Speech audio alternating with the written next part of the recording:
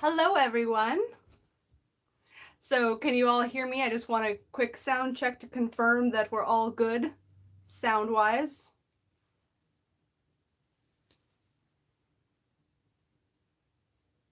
Okay. I haven't had anybody complaining yet that you can't hear me, so I think that we're good to go. All right. Make sure everything's in frame. Am I in frame? Good. Perfect. All right, so hello and good morning. I'm Morgan Donner, and today I wanted to chat about beginner sewing, which is a fun topic that I feel a lot of people will hopefully really enjoy. But first, very important things. I wanted to announce announce the winner of the purse frame and sartor fabric. So that's very exciting. I pulled the list about an hour ago. The contest was over at 8 a.m. Eastern time, so that was a few hours from now. Anyways, I went ahead and pulled the winner. I wanted to do it like live with you guys, but then I realized that if I'm streaming with my phone right there, it's really hard to do the show you the winner being pulled. So, anyways, enough explanation. I pulled the very lovely comment by UFO collectress, and oh my gosh, I am excited to send you your purse parts. I'm gonna put this here in case they aren't already here and they can see it a bit later. Uh, there's going to be a additional special little gift included. So I hope you have a lot of fun putting together the little purse frame. It's really, really, really cute, and enjoy that special extra gift. So to the subject at hand. Well, no, I take it back. I want to talk a bit more about this. I I I know I see someone here asking which specific comment was hers. I'm having trouble remembering because I spent some time this morning just enjoying reading through all of the beautiful, beautiful stories that you guys were sharing, and there's it's so sweet. The giving of a gift is fun and lovely, and making something custom for someone can also be very, very cool, but some of the really beautiful intentionality and thoughts behind what people were giving, it made me just so very happy to read all these stories. I was like really like almost tearing up, and I'm like, okay, I need to take a break because you guys are just so dang sweet. So I really, really enjoyed that. This week has been kind of an emotional one for me. A lot of family stuff and reading all your stories and Kathy's newest video. So many emotions this week, but it's good. In the end, it's good. So let's get on to the topic actually at hand for the video, beginner sewing. I asked you guys what you wanted to talk about, and I got a lot of questions that all kind of centrally focused around the concept of, how do I get started? What do I get started with? What do I really need? What do I not need? What's the best fabric to pick, or patterns to pick, or sewing machines to pick, or so on? It all really the central topic being kind of, how do I get started with sewing? So yeah, let's get to it. So, um, it's a really broad topic, so it's hard to kind of pick one specific thing. But I did get one question that I thought was kind of an interesting way to start this, which they wanted to know, what are truly the requirements, the things that you absolutely must have in your sewing room, your sewing kit, whatever, in order to get started sewing. And that's a really small list. You need needle, thread, fabric, and scissors. I mean, you could argue for lots of other things being very important through the process of sewing. Being able to iron your project so that the seams are all flat is nice, but you don't have to. You could finger press, or you could top stitch the seam down either by hand or with a machine if you have one. I mean, obviously measuring things would be nice, but you can get away without them. I think that a lot of my first costumes were done by just kind of holding the fabric up to myself and going, yeah, that's about wide enough, and then just cutting, following the grain. And same with, sleeves and various other things. You can get pretty creative with just those four things, right? Needle, thread, fabric, scissors.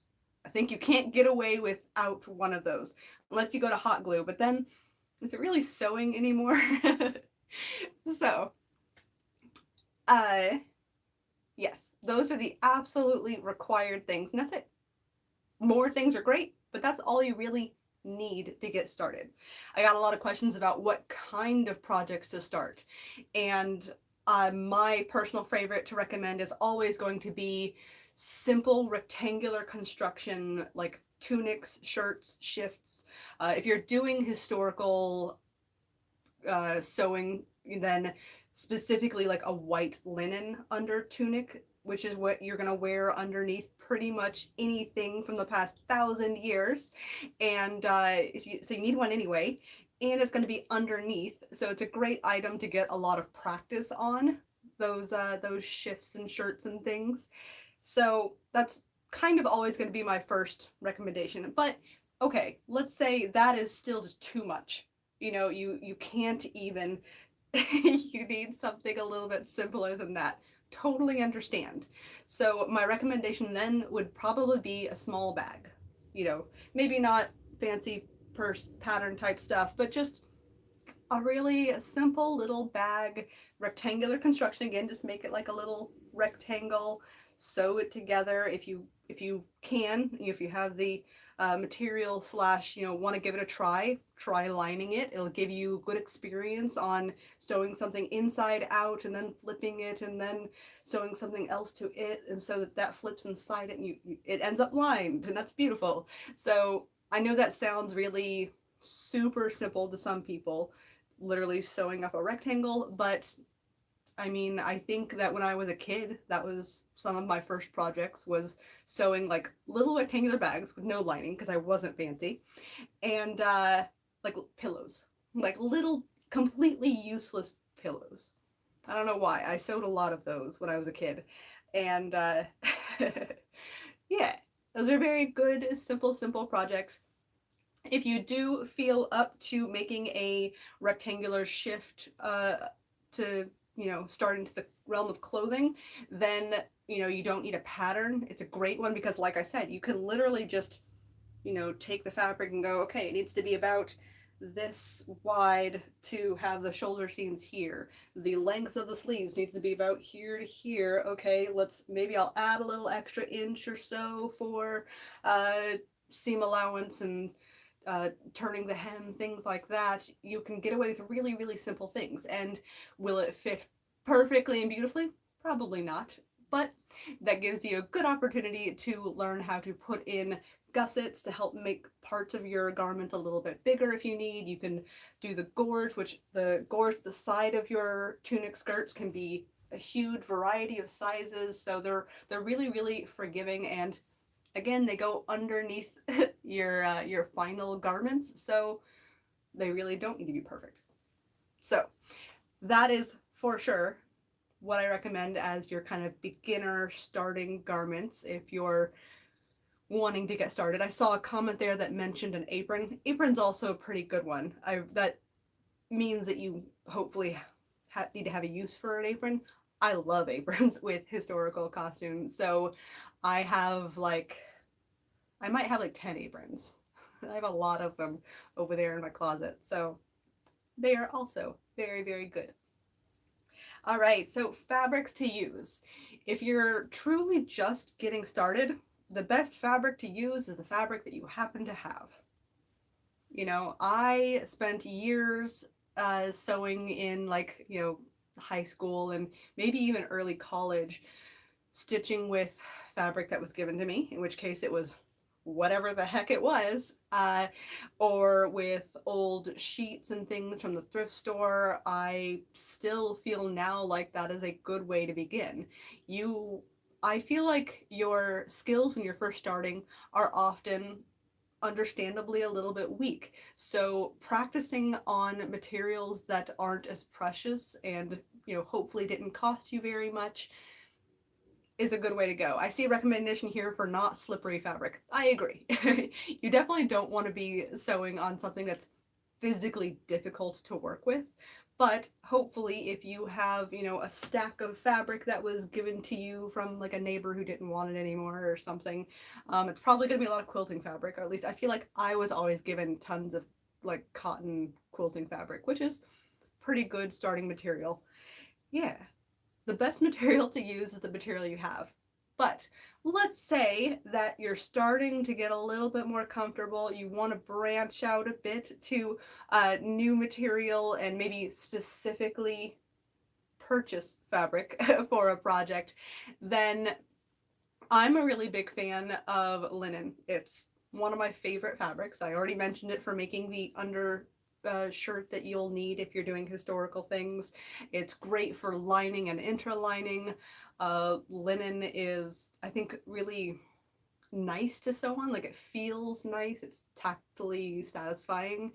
And as far as historical style fabrics go, it tends to not be super expensive compared to silks and wools and things, of course. So I go to, I think it's fabrics-store.com, but I'm sure there's plenty of other great places to buy linen. Yeah, linen's a really good start into historical fabrics. And it's where I'd recommend that you start. Definitely leave the silk for, several projects later, unless you want to start on it, in which case, you do you. Let's see. What else do we have here? I got a fun question, which was if I had to completely start over my sewing room and sewing supplies completely from scratch, what would be some of the very first things I'd buy? Maybe what brands or specific products would I, really, really want? So that is an interesting question, right? I'm not very precious about what kind of needles I use, so literally any packet of needles at the store would be fine for me. For thread, I really, really like linen thread, so I might go specifically order some. You can get it from several different suppliers of historical sewing supplies, so some good linen thread. Scissors. I I don't know. I I've gotten along pretty well with just about any scissors I've gotten from the sewing section. I'm not precious. I probably get what's on sale because that's how I do.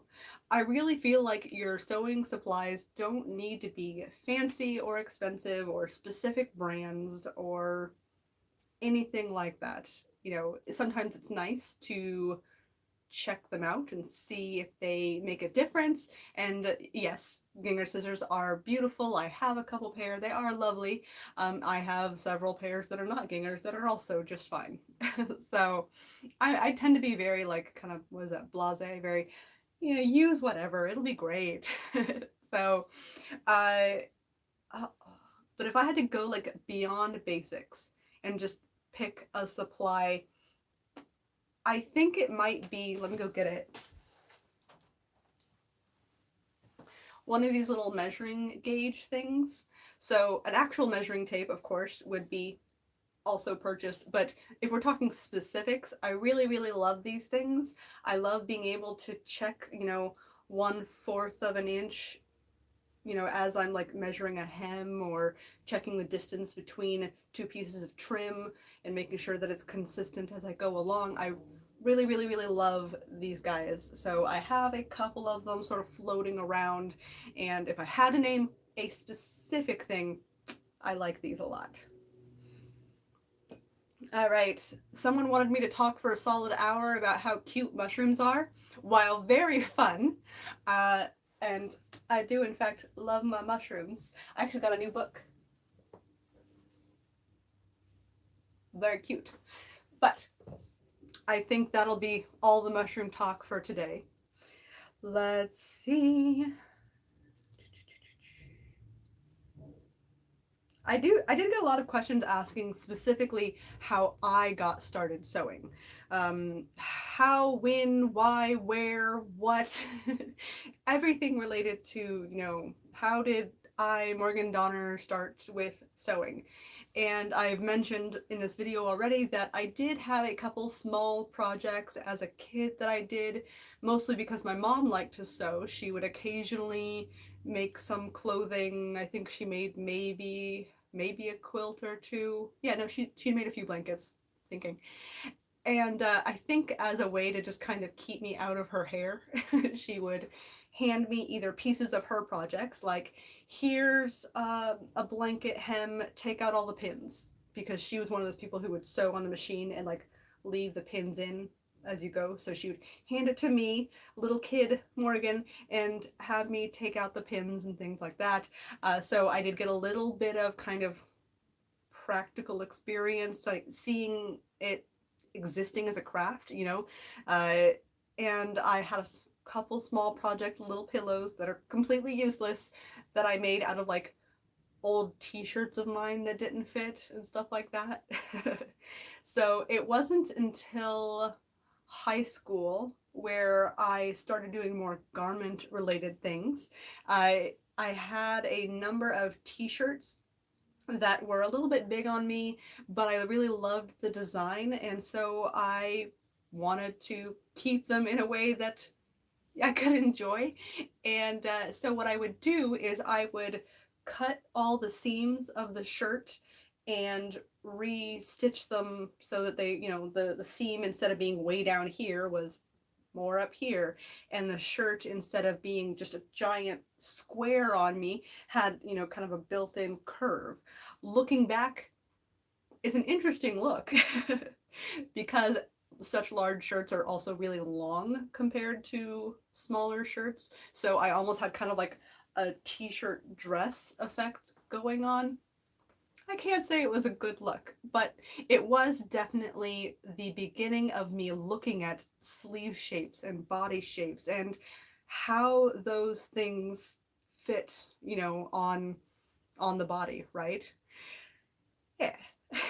So that was good. And then it was in like my first year of college, I believe, that I started having an interest in the SCA, and I, was like, okay, I guess I need a medieval dress. Let's do it. And so I got like a Simplicity Butterick, it's one of the big four pattern to sew off of, and I definitely sewed it like 2 patterns sizes too big or something. Like, it was absurd. I felt very proud of myself because I had French seamed the entire thing, and I was like, it's not gonna fall apart, it's gonna be great, until I realized that it just super didn't fit, and I made some customization choices that were very questionable. I kind of wish that I still had that dress, just because I feel like it would be so fun to show where I started when it comes to historical sewing, because it was interesting. Like, for sure, princess seams, all the good fun stuff. Yeah. So that is kind of how I got started.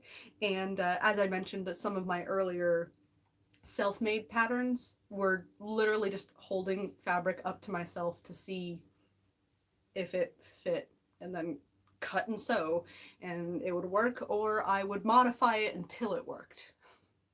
So yeah, that is how I got started sewing, and kind of what sort of things that I sewed. Oh, I saw an interesting question there about, what project do I regret sewing? Ugh.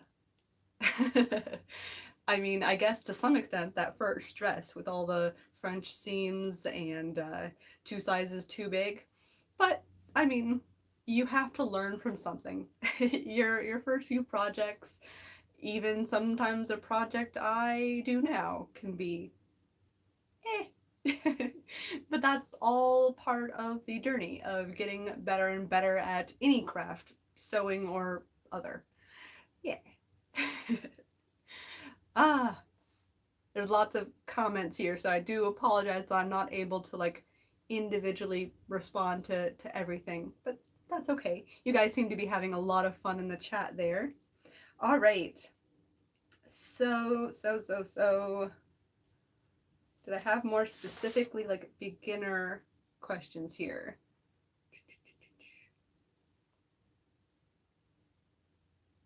I did see one interesting question that I might even like read out here, which was, you know, how do I take things one step at a time? I'm a beginner and I feel pressured to know everything before I can become a proper sewist. You know, grain lines, fitting, hand sewing techniques, different machine feet, and they talk a bit how they feel very like paralyzed by all this mountain of knowledge that they kind of feel like they need to know before they can even get started.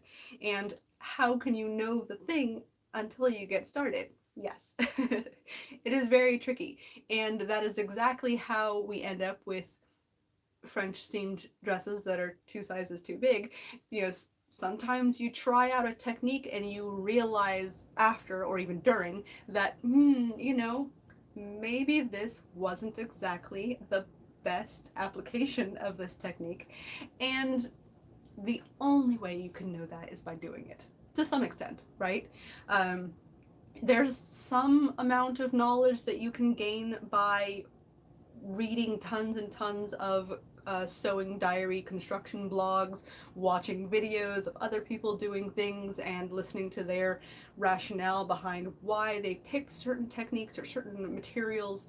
These things can get you a certain amount of knowledge, but at least for myself, I feel like I can't completely internalize all of that until I do it. And that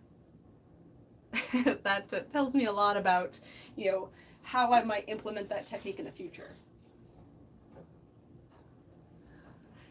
Yeah.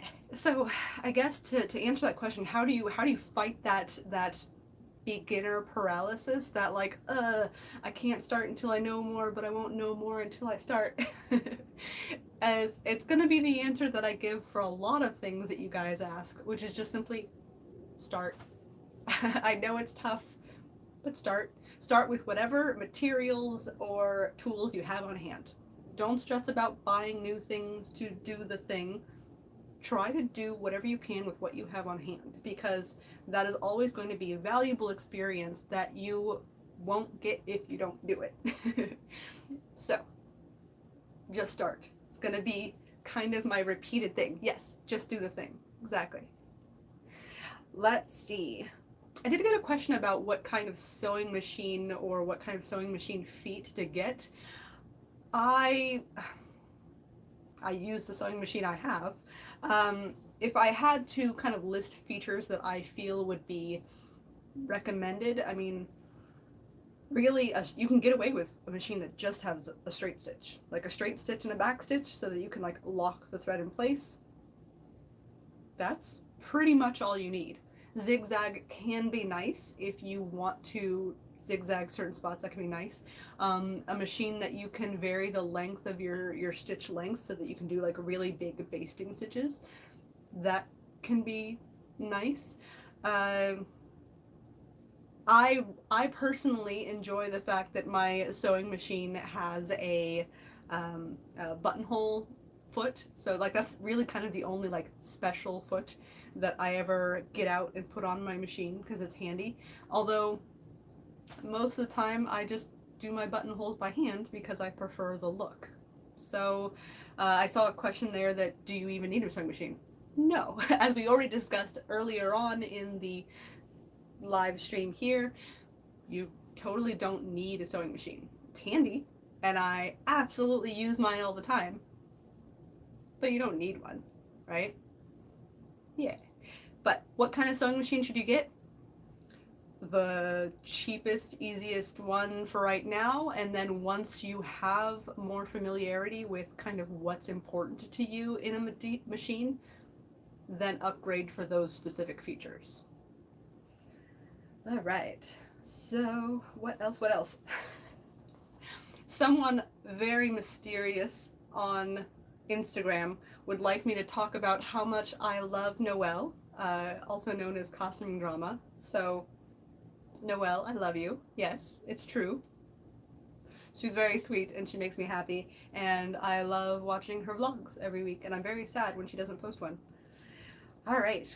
Kind of an interesting question that I wouldn't necessarily call beginner, but I'll talk about it, which is giving credit when your project is heavily inspired by another person's reconstruction. It's an interesting way that it was phrased. Like, I'm wondering if they had an experience that went weirdly or something. I know that whenever I see a really cool technique that someone has posted about in their blog or nowadays videos and Instagram, then I see maybe it's a new boning technique or maybe an application of a stitch for a specific purpose that I hadn't considered before. And as far as I'm aware, this person might be one of the first to kind of post it, like, hey, this is a thing, you should try it.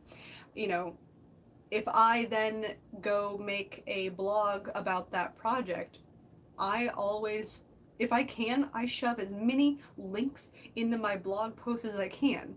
I will say, I tried this new interfacing technique that I saw from so and so over at this blog, and I will link it. And I really loved the look of the ribbon on the skirt of this other person, so I'll link them. I'm very, very link happy, and if you're not doing a blog, which I suppose aren't very common anymore, Instagram and Facebook, they both make it really, really easy to literally link to that person, given with usernames and things. So I don't know. I guess do the thing because it's fun. I think it's also really fun and exciting for that person to eventually see that you really enjoyed what they had posted and thought it was so cool that you wanted to give it a try, and then they can see how it turned out for you and maybe what like adaptations that you made to the technique or to the style. So many cool things, uh yeah. There's no reason not to give all the shout outs because it's happy for everybody, everyone gets to see all the different messages. And I'm getting very distracted. There's lots of conversation going on in the chat, and yeah, looks like you guys are having a lot of fun chatting with each other. Do you recommend learning oh goodness, so fast. Do you recommend learning historical or modern techniques for beginning sewing? I recommend doing whichever interests you. I mean, same thing for like what kind of project should I start? What century should I do? What garments or not garments? Or should I do quilts or should I do blankets? Quilts, blankets. Should I do clothing? Should I do all machine or all hand or specific like eras or resources versions of things?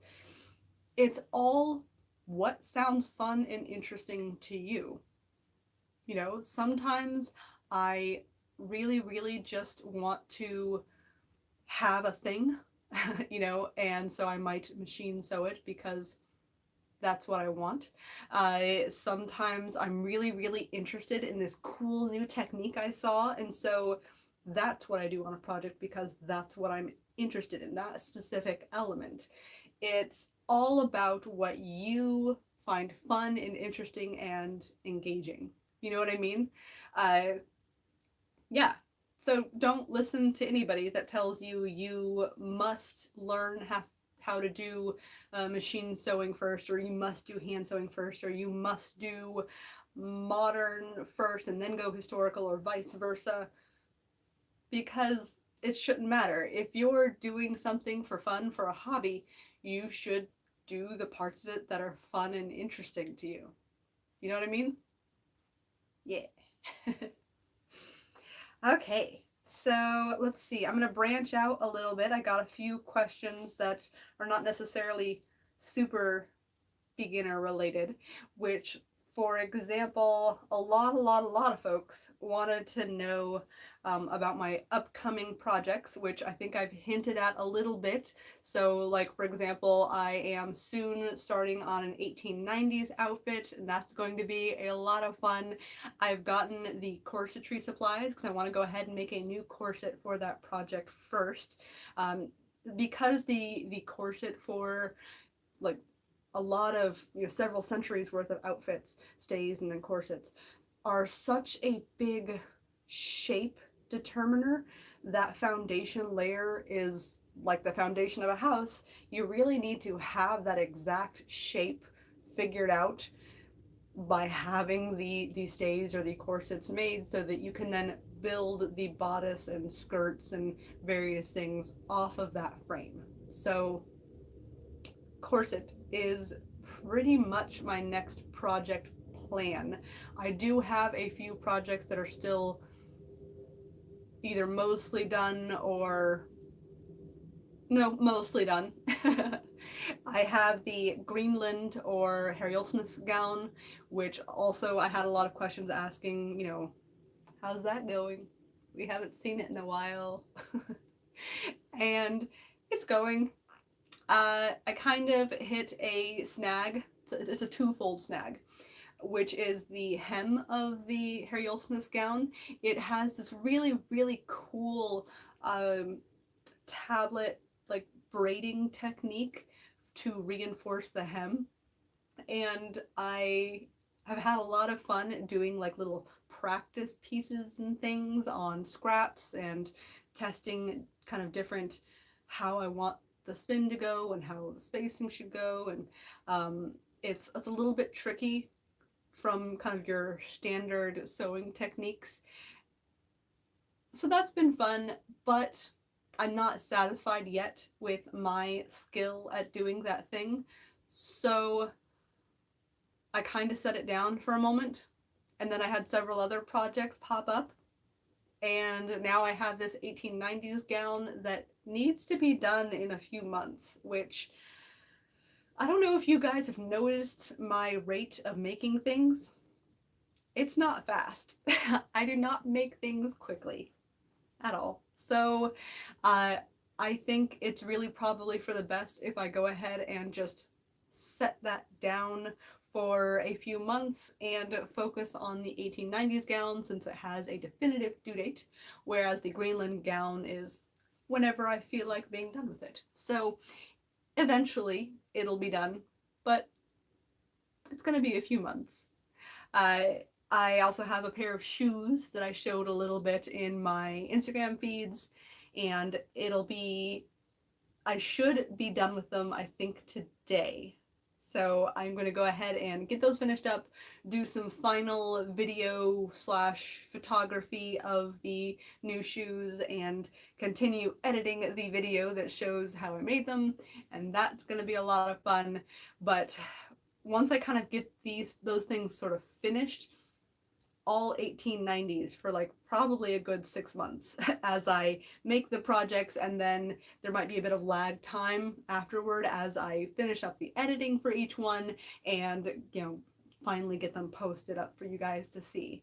So that is my future projects. Yeah, I don't know. Is there anything that I've missed here that you guys have specific questions about? It's very tricky because the feed goes by so fast, so I might have to kind of sit here and adjust so that I can read. I see a question here about where do I store my projects? Where do I keep them, either while they are in mid-use, mid-projecting, versus what do I do when they're done and store them forever? I mean, if they're mid-use, they're probably just floating around on some random horizontal surface in my sewing room, being beautiful clutter, because that is the type of person I am. Constant clutter everywhere. You guys can't see my floor, and that is for the best. For finished projects though, I pretty much have a closet behind you here. You guys may have seen it in my like KonMari fabric video, where half of the closet is fabric and various supplies like I have a roll of blanket batting in there. I don't know why I'm not making a blanket, but I have it. As well as like a few packing supplies and things like that. So that's one half of the closet. The other half of the closet is just lots of shelves where I can store my various dresses and accessories and things. I don't like hanging my dresses because I've had several experiences with the darn rod in the closet, you know, bowing or like even falling down if it wasn't set in very well, just because historical dresses can be so heavy. So I've not had a lot of luck with storing my costumes vertically. I like to fold them into like half or thirds and then slide them onto the shelf. And that's nice because then I can see, you know, several things stacked on top of each other. I can still see the edge, and by the fabric, I know what dress it is. So, yeah. Let's peruse back through the questions here. Let's see. Tips for using fuzzy or furry material. I don't have a lot of tips, mostly because I have not done that very often. I do know that if I were to start a project with a lot of fur, excuse me, then you, especially like if it's really long fur, then you want to cut from the skin side, so to speak. You want to cut it with like little tiny cuts, or even possibly with a like a knife or something, because you don't want to cut those long fibers coming off of the skin of the fabric. Yes. So definitely cut as close as you can to the fabric or the skin of the fur so that you don't get tons of just shedding everywhere. Um, I know that I've seen some people use like painter's tape or things like that to help control down, you know, because if you have your fabric with tons of hair coming off of it and this is just wily and crazy and you're trying to not get it caught in the seam, you can use painter's tape to sort of just temporarily tape it down out of the way and then remove it later. So that's about as much as I know, because I really don't do a lot of fuzzy, furry type projects. But maybe someday.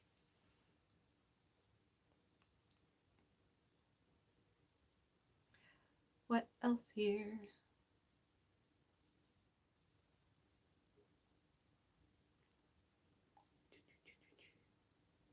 Oh, books. Yes. I did get a couple questions just asking what books do I have? What books do I recommend? What are my favorite ones? That kind of thing. Janet Arnold is always going to be my first love. I got books 3 and then later on 4 when that came out, and they were just the best for what I do, which was primarily, you know, mid to late 16th century. And it was just so great and so beautiful to have not only the patterns, which is good, but also super detailed material information about, you know, there's a lining made of X fabric, an interlining made of Y fabric, and it's very coarse or it's very fine, or it's these little descriptive things give such a good feel for the garment, uh, completely beyond the pattern part. I also loved the kind of close-ups, either in photos for some things, or like diagrams showing very clearly, you know, this layer gets folded under and then sewn to this, and that's a little bit longer, and then that kind of thing. It's very cool. So really enjoyed Patterns of Fashion 3 and 4. 5, also very beautiful. I have 1 and 2, but only just recently got them because they kind of weren't my areas of interest before, so I can't actually say much about them, but hopefully They're very, very lovely. Other books, let's see. If you're doing earlier 16th century, then the Tudor Tailor is very handy. Medieval Tailor's Assistant is also great if you're wanting to do medieval type stuff. That one's a really good, covers a very wide variety of different garments and types, and even gives you some uh, good tips on fitting and how to measure your different bits and bobs that you need. I think it's a really good starting book if you're interested in doing medieval at all. Yeah. Let's see. Um, if you want to do shoes, because that's what I've been kind of thinking about lately, Stepping Through Time is a really great book. It has just, like hundreds maybe of extant shoes that have been found. Shoes, by their nature, the leather tends to be stronger than the thread that's stitching them together. So you will often find extant shoes, in burials or in the equivalent of landfills for that time. You'll find shoes where it's just the top or it's just the sole, where the stitches have worn away and it's just the leather that's left over. So it's a really cool book because it has all of these, you can totally just flatten the upper of the shoe and have the pattern available to see. So very cool book. Also some really great diagrams for how the different parts connect and what is stitched to what. Very good.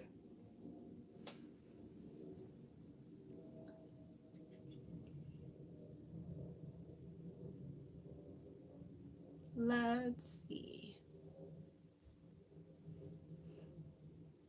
All right. So I saw some questions there, and I remember seeing it on my list here. It's not something I covered. Was mannequins, dress dummies, things like that. I had a lot of questions asking either where do I get one or how do I sew without one and things like that. I mean, I definitely did my first several dresses without a mannequin or dress form of any kind. And usually the answer is it's just going to be a lot of mock ups. It's going to be a lot of sewing the thing, trying it on, and going, mm,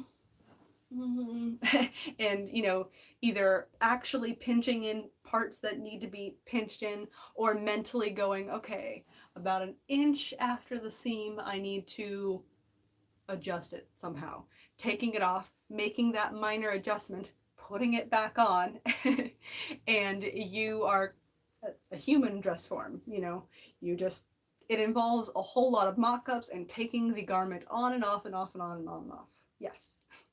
But I was very fortunate. I received my dress form lady here for free. She was a very lucky find that I got, so I have no idea what the brand is. I do recommend, though, if you either are being given a mannequin or you are hoping to buy one, verify that it's one that you can pin into really well, because I've definitely seen some that people have, especially those adjustable ones. They seem to be like a hard plastic with like barely any covering, so you can't like pin into it really nicely, which I found very, very useful with this one that I was given. So that's kind of the only recommendation I can give as far as mannequins is make sure it's pinnable. But yeah, you definitely don't need a mannequin.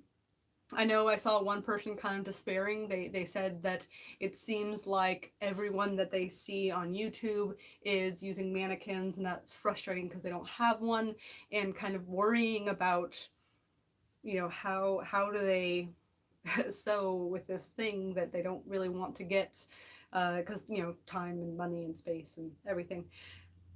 you know, I think a large reason why you're seeing mannequins in these our videos all the time is because we as it's a visual medium. So if we're trying to demonstrate really clearly for the camera, it's so much easier to have that object be here, you know, like my mannequin, I could, if I wanted to, raise up the base so that she's like here and like right in frame so I can point at things. You're gonna see a lot of video sewing folks using mannequins because it's a beautifully convenient and clear way to demonstrate.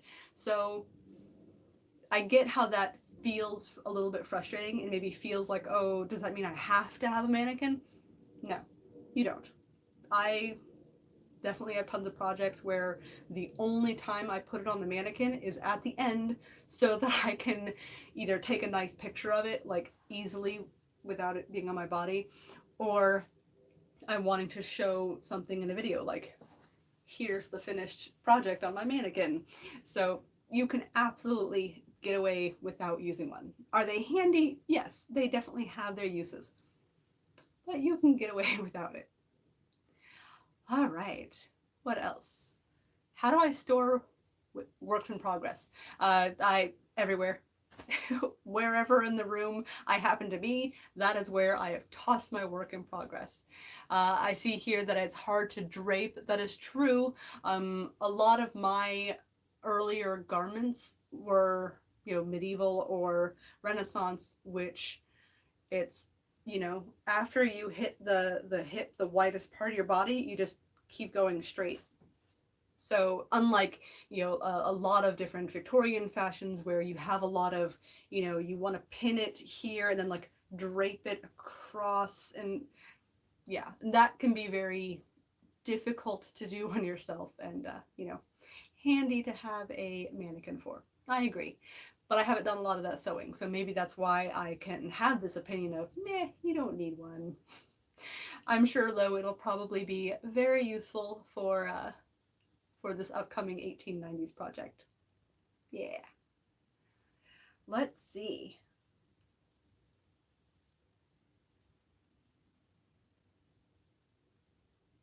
How to upsize patterns.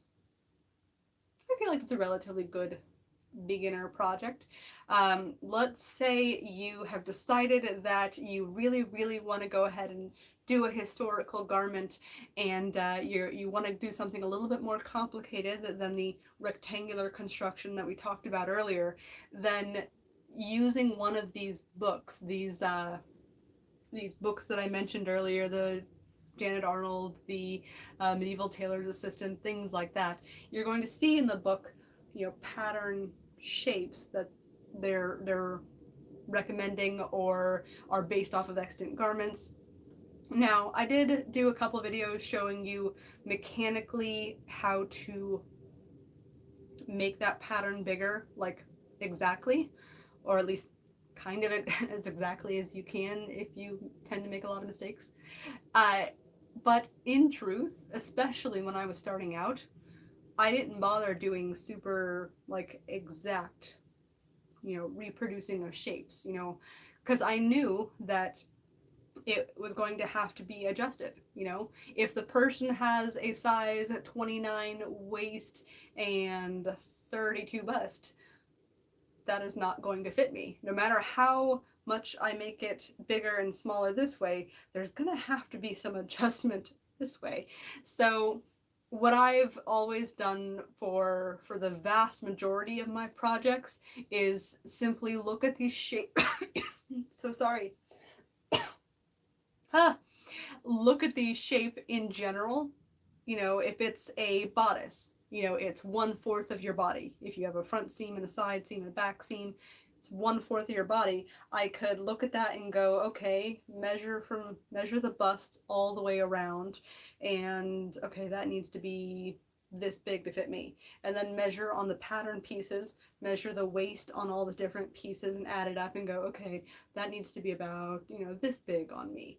And as best as I can, relaying the shapes down onto the paper, the pattern paper, so that they are my measurements and still relatively true, like kind of proportion wise to the drawing I'm seeing, but it's not going to be perfect. You know, if you're basing your project off of a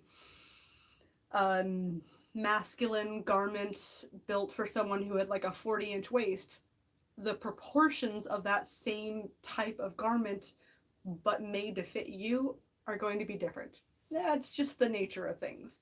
So, excuse me. Ah, goodness. Yes. What do we see? Do, do, do, do, do. Staying productive in a very small space. You can't leave projects out. Oh, I feel you on that. I do.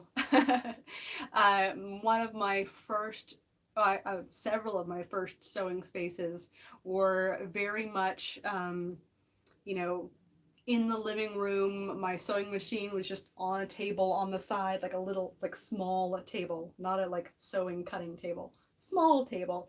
And, you know, I had a couple of drawers where I could put my thread and scissors and measuring tapes and things in those drawers. And, you know, it was one thing if I was kind of for the whole afternoon taking up space. It's kind of okay, maybe for a whole weekend if I was really pushing it. But, you know, you can't just leave a project out for weeks and weeks and weeks in a shared space like that, because it's not cool. You're taking up too much room. And yeah, that can definitely get frustrating.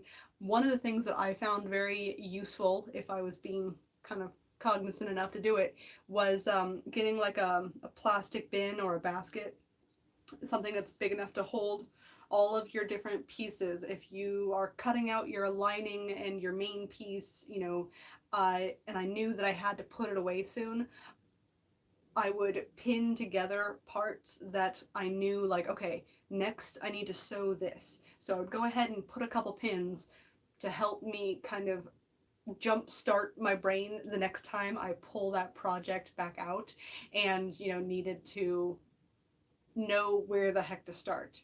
Oh, I got a very interesting message here. It popped up. It's in green. Um, hello, Aaron Stuckles. Hello, I've never seen it change color. That's very exciting. So, what are they saying? You're making a 1490s Florentine Gamura gown, and I'm not sure where to start with patterning. So, yes, what I would recommend for starting those is, if you've seen my medieval pattern drafting stuff, then you've seen how I pinch, pinch, pinch, pinch, pinch, pinch, pinch until everything is very supportive and tight and fitted. It's not the most like math heavy or maybe even professional method, I don't know, but pinch, pinch, pinch, pinch, do the exact same thing, except what you will do is you can basically just cut off the pattern at your waist, and you definitely want to cut it at your natural waist or even a little bit higher for that style.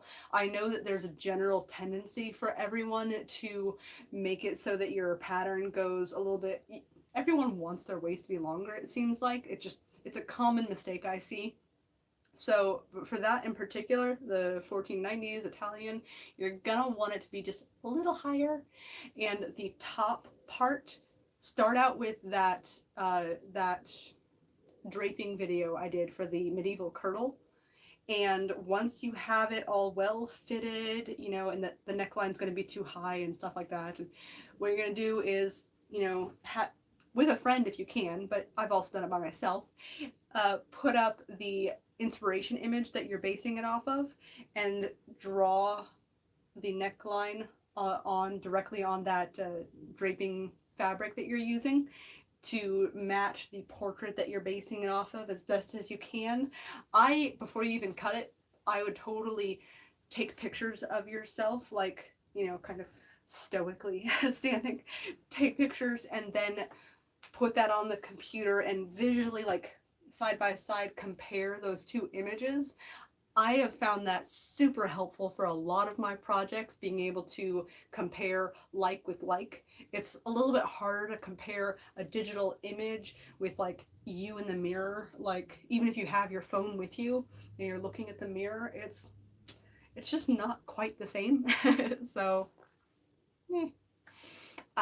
yes, that would be my recommendation for the bodice part. The skirt's easy. It's just a giant rectangle that you pleat to death into the bottom of that bodice waist. I do recommend adding a like a waist stay tape, something to help prevent the waist from stretching out over time, which it will likely try to do depending on your fabric. Yeah. It's a fun project, and I think they're really really cute, very flattering. Needs to come back into style. Yes. Okay, let's see. I keep telling people keep telling me to go get water. Fine, I'm gonna get coffee. That's kind of like water, right? There you go. I have drinking water with stuff in it. Delicious.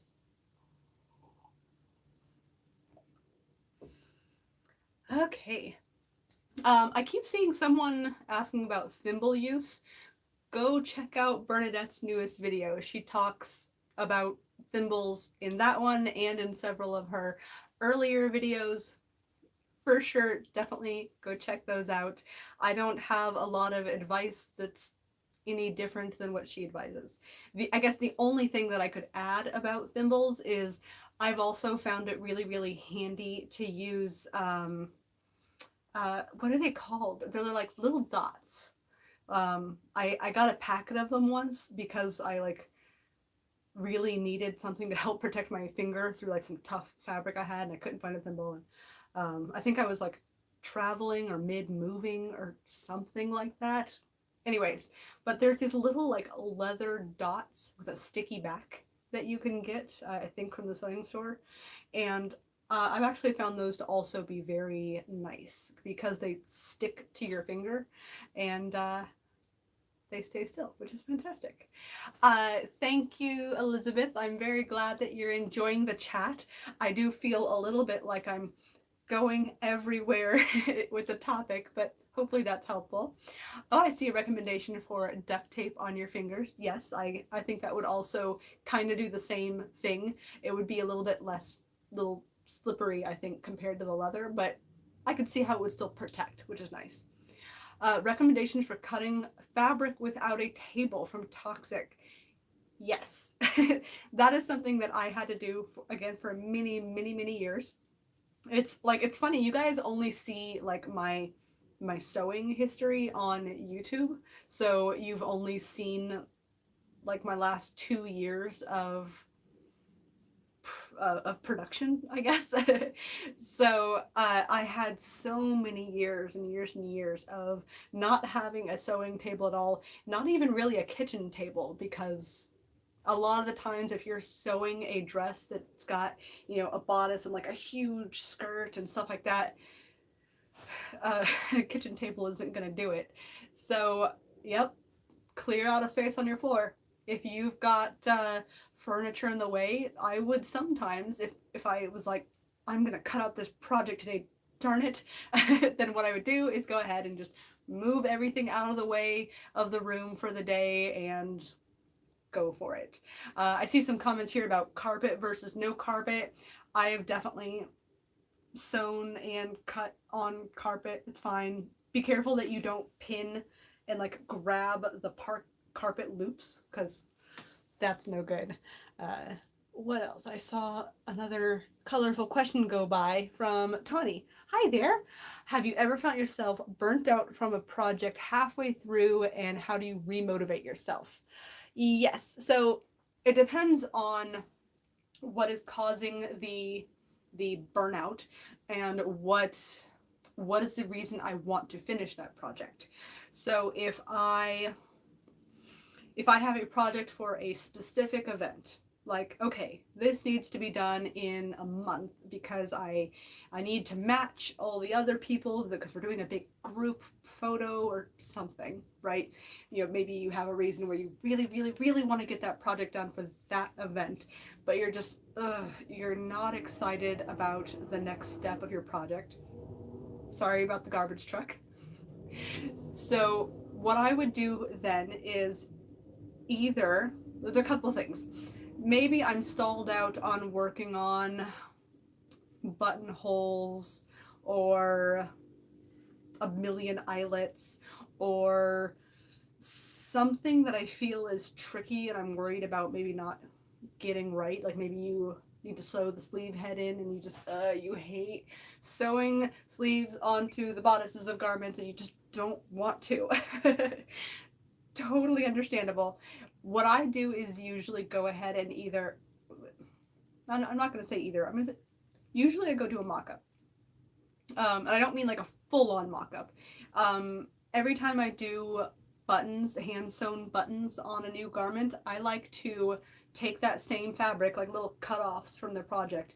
I'll take the same outer and lining interfacing, all the same as my actual garment project, and sew it together as if it's like the edge of the opening, and go ahead and do a couple practice buttonholes, because once I've done it a couple times and I get that first really terrible buttonhole out of the way, I feel so much more confident and like, okay, I remember how to do this now.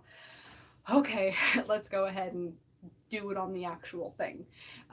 If it's something that you haven't started on at all, and you're like, ugh, I really need to get the motivation up to do this project, how do I do that? I have found it very effective to trick myself into being excited about a project by researching it. So, if I know that I need to make a doublet, and I'm like, I don't want to. What I will usually do is go on Pinterest, like, and I'll do this specifically because I know I'm trying to trick myself. I will go on to Pinterest or open up Patterns of Fashion to look at the doublets and just really, really meticulously read through, the information about it, or look at other people's dress diaries about that project, forcing myself to research the topic, and whether it's really detailed things or more on a broad scale, like, oh, I need to make a doublet, but I don't even know what design I want to make, and I don't know. What you can do is just keep looking at them.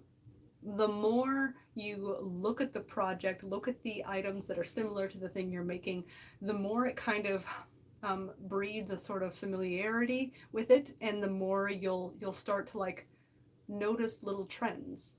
Like you might see, I just realized that several of the doublets have the same, um, what do you call it, facing that sticks out, and they've done a little snipping around it, which is very cute, and it's these little moments where you notice things that are familiar because you've seen it on a doublet that you looked at, 2 pages ago. Those, I think, start to engage something in your mind that really helps make it so that you're interested in the project again. At least for me, I have found that works really well to trick myself into being interested. All right, I think I saw a question back here about what type of camera. So if you're referring to what kind of camera am I using right this moment, I am using a Samsung Galaxy 9, which, because it can do the live streaming thing, you can use a non-phone camera for live streams, but you need to have it connected to the computer, which my computer is not a laptop, it's a desktop, it's in a completely different room. It's not very easy for me to do that. Although someday I would like to try the whole like setting up your camera so that someday. But if you're referring to what kind of cameras do I use for my sewing videos in general, then I use two for the most part. I like to use my Galaxy 80D. Yes, that sounds right. So I only got that actually just a little under a year ago.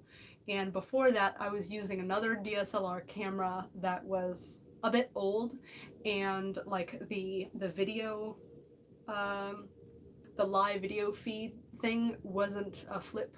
So if I wanted to check that I was in frame, I would have to stand where I'm going to stand, film for a moment, and then run over and replay the clip to see whether or not I was like in frame or in focus or ugh.